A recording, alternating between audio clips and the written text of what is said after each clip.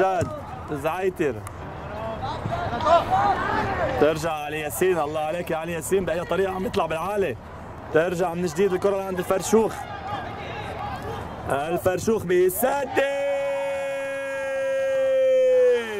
يا لعيب يا فرشوخ. تسديدة يسارية قوية سكنت شباك لأتلتيكو. تمريرة ولا أروع.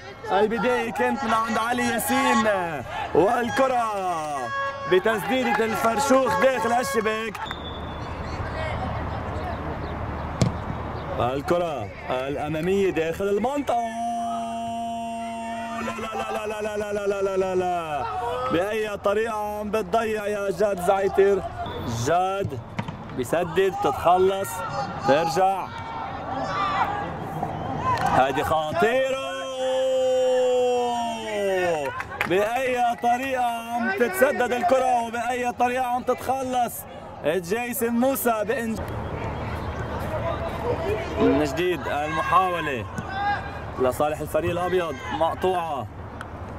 أيضا انطلاقة لسليم، أيضا لعند الفرشوخ. راح الفرشوخ، يا لعيب يا لعيب يا فرشوخ يا لعيب. العودة إلى أجواء اللقاء مرة جديدة. هدف ثاني لمصلحة ASA.